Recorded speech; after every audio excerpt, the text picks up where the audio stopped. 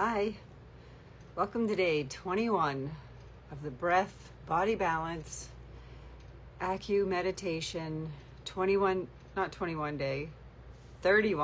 Today's the 21st day, so we have 10 days left. We'll go to the 31st, which will be Halloween, and I am thankful to be able to do this and share with you the things that I feel have been the most influential for me in my life to keep me in tune no matter what the circumstance, whether it's stressful or relaxing.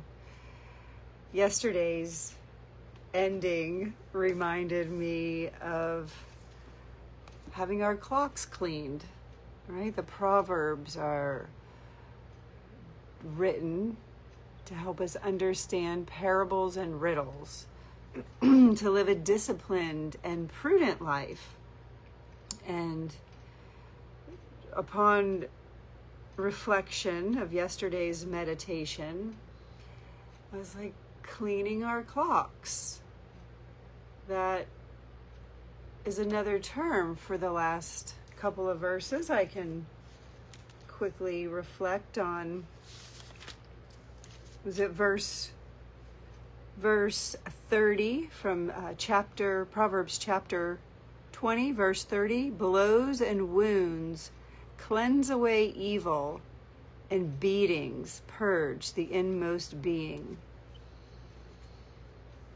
And because today is the 21st, and in Hebrew, things are read from right to left, and I think 21, 12, we have 12 acupressure meridians, 5 fingers, 5 toes. However, we have 6 flexors, 6 extenders.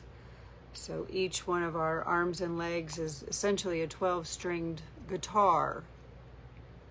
So 12, I have a little clock here. This was my mom's, so it's going to look funny because when I look at it normally, it runs backwards. So you can see that. So what we're going to do today is a counting, focused meditation around the clock. What I learned is the eyes help to train focus. When people are knocked down for whatever reason, if it's an illness, an injury, and stroke or something, we want to use the eyes. When we engage the eyes, the entire nervous system begins to wake up. So where the eyes go, the body follows. And by picking one point straight ahead to look at, and I'll show you again, what I'm going to do is I brought this today. I'm going to use this. Sometimes I just look right at the wall. So you don't have to have a clock like this, but you can imagine the clock. I have taught this many times in a wide open gym, and I just imagine whatever is straight in front of me is the center of that clock. And 12 o'clock is at the top, 6 o'clock is at the bottom, 3 and 6, right and left. And those times, the 12, the center, the 6 o'clock reminds me of right here, right now. But the 3 and the 6 remind me of our peripheral vision. You go to the eye doctor and they ask you to look at that big E straight ahead. And then they come in with their fingers doing this. When can you see? How strong is your peripheral vision? And that can weaken over time. Perhaps we've had we were born with a disability and we don't have good peripheral vision. And that could be from the bottom. It can go up to the top. So where is that deficit? And we'll be able to identify that with this counting focused meditation today by We call this cleaning our clock. So what you'll want to do is find a space to be uninterrupted, where you can look straight ahead and imagine a clock around. It's better, I have this clock as an example, but for me, I think it's better to have an imaginary clock so you can look up and look to the right and look to the left and not be constricted by a small clock face. I want to see how high is my 12 o'clock? How low is my 6? How far? So to the right, I feel is my future. To the left is my past. And as I go around, we'll do the clock twice. We'll go in, what do you call it? We're going to go clockwise, then counterclockwise. So we'll clockwise and then we'll rewind the clock. And it'll give us a fresh start. It's tuning our clocks, cleaning our clocks. Clocks need to be tuned, as do these vehicles and instruments. Clocks also have weights. In today's proverb, we'll hear, God weighs the heart. How is your heart? Is your heart heavy, or are you lighthearted? It may depend on what time it is. So let's get our clocks in front of us. And we'll use the breath, body balance protocol that we've been practicing for this clock meditation, right? So we're going to focus on the breathing, getting it deep into the belly, feeling the muscles relax and the nerves will calm. But we're going to add to it the eye motion. So we'll do it quietly, but in your mind's eye, see the breath coming into the lungs, deep into the belly. Begin to feel those muscles relax, allowing blood to flow to the nervous system. Find your point straight ahead to focus on.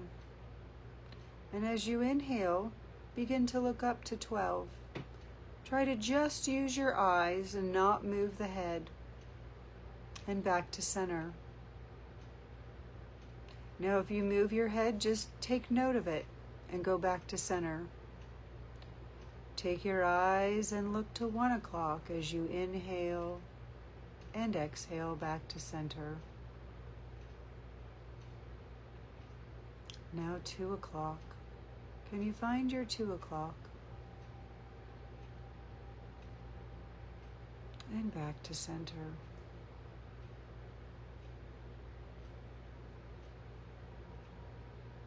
Inhale to 3 o'clock.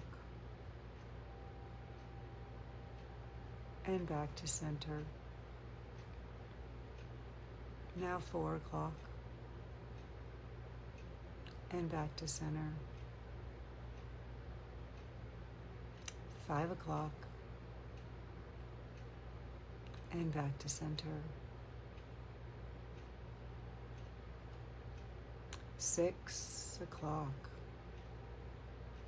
And back to center. Now 7. And back to center. 8 o'clock. And back to center. Go to 9. And back to center. Inhale to 10 o'clock. And back to center. 11 o'clock. And back to center. And now 12. And back to center. we can use this round the clock to identify, evaluate, assess. Where was it easy? Did you struggle anywhere? I know when I first did it, there were times that literally like turned my head. I said, there are times in my life that drug me away. There are certain times I couldn't look at. It's like my nervous system was weak. It was very interesting.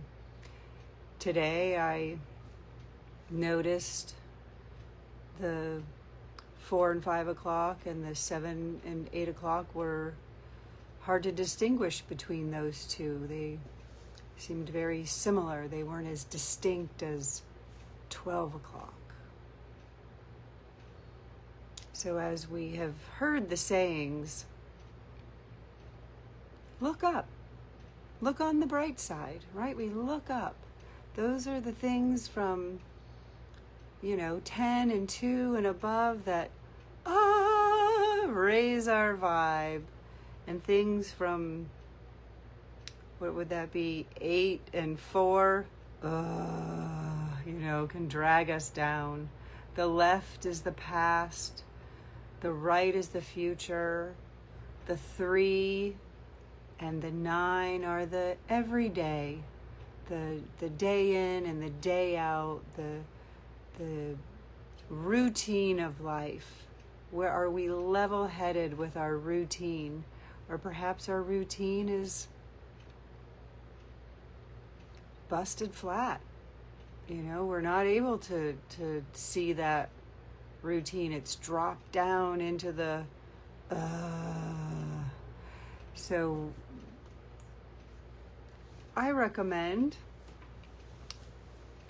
practicing this on your own when you're alone. The first step is to find that place to rest and assess, and before you begin your center vision, notice when you're in that initial relaxation, where do your eyes tend to go?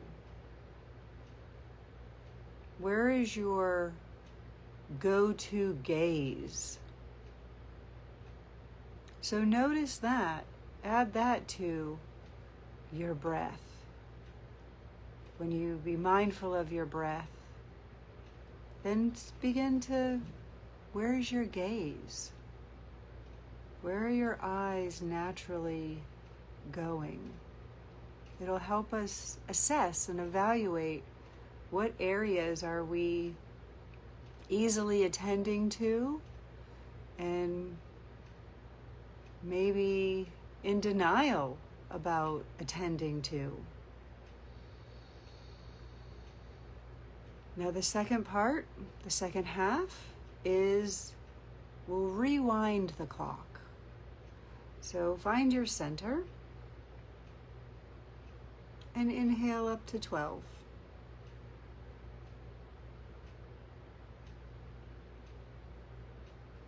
And back to center. Inhale to 11 o'clock. And back to center. 10 o'clock. And back to center. 9. And back to center. Inhale to 8. And back to center. Can you see 7? And back to center. Inhale to 6 o'clock. And back to center. Inhale to 5 o'clock. And back to center. Inhale 4. And back to center. Now 3. And back to center.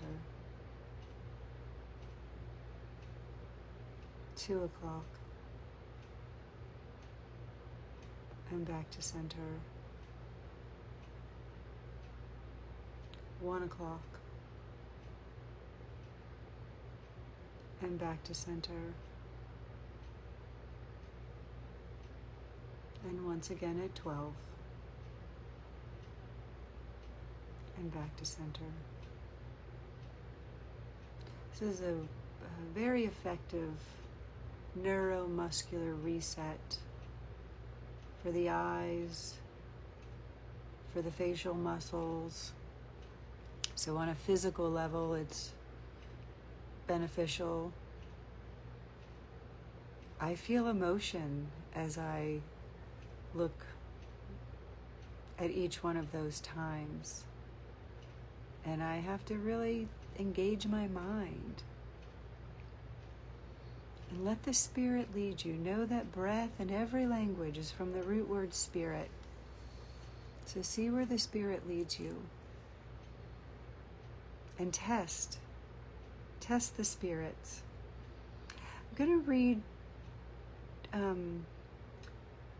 Jeremiah 6:16 today, because of, again, yesterday, you know, I showed you my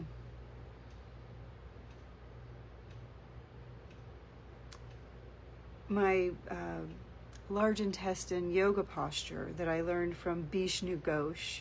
And Vishnu Ghosh was a physical therapist. And I know that for some, yoga can be very controversial. And yet we are physical bodies in need of tune-ups. Just like the clock needs a tune-up. So in Jeremiah 6:16, this is what the Lord says. Stand at the crossroads and look. Ask for the ancient paths. Ask where the good way is and walk in it, and you will find rest for your souls. But, you said, we will not walk in it.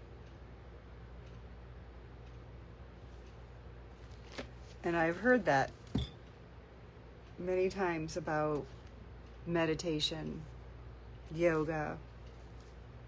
People don't want to look to the ancients. They don't want to look to the East. Well, Jesus came from the East. Orthodox religion is an Eastern religion, and that's where Jesus came from. And it says here, we're to look. Use our eyes and look to the Lord.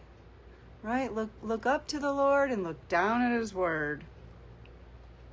Don't be afraid. Fear not. However, test the spirits and use the tools that we've been given to identify. So here's Proverbs 21. The king's heart is in the hand of the Lord. He directs it like a watercourse wherever He pleases. All a man's ways seem right to him, but the Lord weighs the heart. To do what is right and just is more acceptable to the Lord than sacrifice. Haughty eyes and a proud heart, the lamp of the wicked, are sin. The plans of the diligent lead to profit, as surely as haste leads to poverty.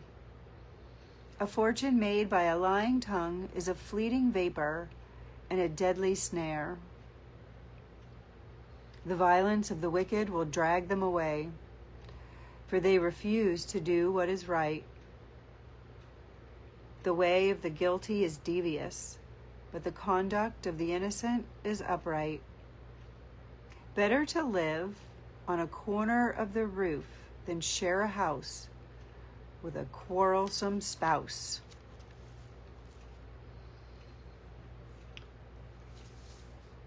The wicked man craves evil, His neighbor gets no mercy from him. When a mocker is punished, the simple gain wisdom. When a wise man is instructed, he gets knowledge.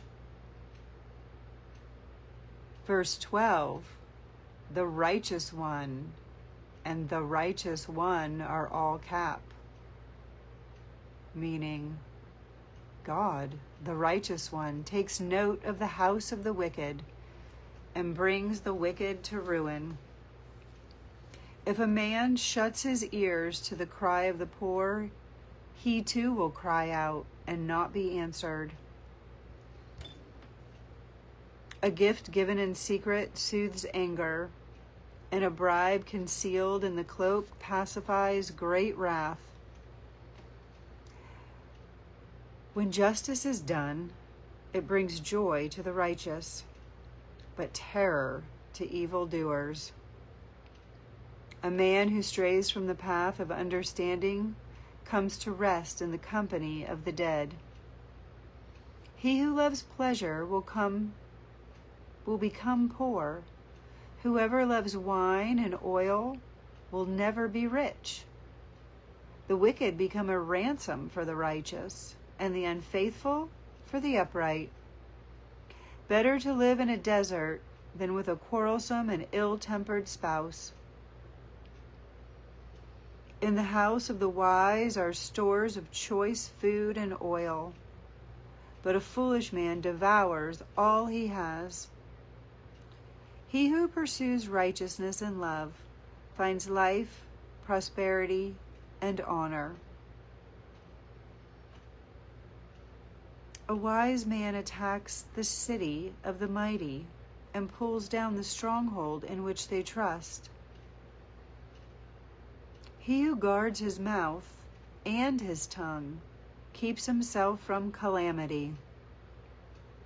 The proud and arrogant man, mocker is his name. He behaves with overweening pride. The sluggard's craving will be the death of him, because his hands refuse to work. All day long he craves for more, but the righteous give without sparing. The sacrifice of the wicked is detestable, how much more so when brought with evil intent.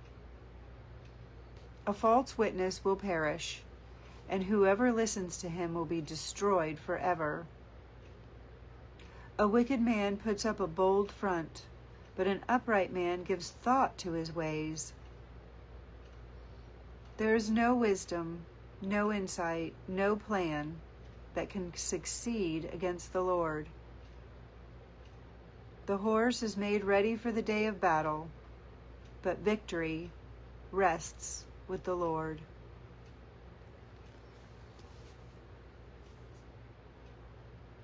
All right, may we rest in that. May we rest in that knowledge that it's not our battle. We can rest. Rest in the spirit of integrity.